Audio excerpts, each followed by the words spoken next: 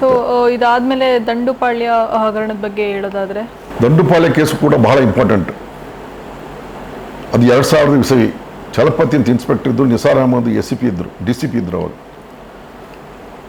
ಆವಾಗ ಕೂಡ ನಮ್ಮ ಮಡಿಯಾಳ್ ಸಾಹೇಬ್ ಕಮಿಷನರ್ ಆಗಿದ್ದರು.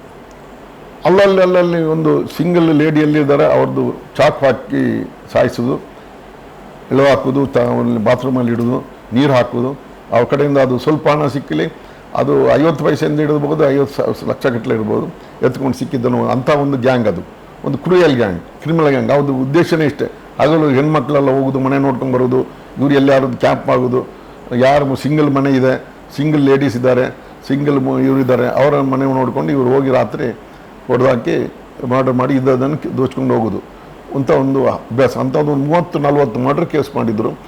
ನಾವೊಂದು ಅನಂತರ ನಮಗೆ ಇನ್ಫಾರ್ಮೇಷನ್, ಅವನು ಚಲಪತಿ ಅವನಿಗೆ ಮೊದಲು ಗೊತ್ತಿರ್ತದೆ ಅವ್ರ ಬಗ್ಗೆ. ಅವನು ಒಳ್ಳೆ ವರ್ಕರ್ ಆಯಿತಾ. ಆಗ ಅವನ ಜೊತೆ ತಗೊಂಡು ಟೀಮ್ ಮಾಡಿ ಆವಾಗ ನಾವು ಬೆನ್ನತ್ತಿ ನಾವು ಅದನ್ನು ಮಂಗಳೂರು ಸುರತ್ಕಲ್ಲಲ್ಲಿ ಹತ್ರ ಪನಂಬೂರ್ ಹತ್ರ ನಾವು ಮೇನ್ ಇವ್ರನ್ನೆಲ್ಲ ಅರೆಸ್ಟ್ ಮಾಡ್ತೀವಿ. ಅದರಲ್ಲಿ ಸುಮಾರು ಒಂದು 20-30 ಕೇಸ್ ಪತ್ತೆ ಆಗುತ್ತೆ. ಅದರಲ್ಲಿ ಮುಂದೆ ಇನ್ವೆಸ್ಟಿಗೇಷನ್ ಮಾಡಿಕೊಂಡು ಚಾರ್ಜ್ ಶೀಟ್ ಹಾಕಿ ಸುಮಾರು ಕೇಸ್ ಮರಣದಂಡನೆ ಆಗುತ್ತೆ, ಮತ್ತು ಲೈಫ್ ಇಸ್ ಇಂಪ್ರಿಸನ್ಮೆಂಟ್ ಕೂಡ ಆಗುತ್ತೆ. ಬಹಳ ದೊಡ್ಡ ಕೇಸ್ ಅದು.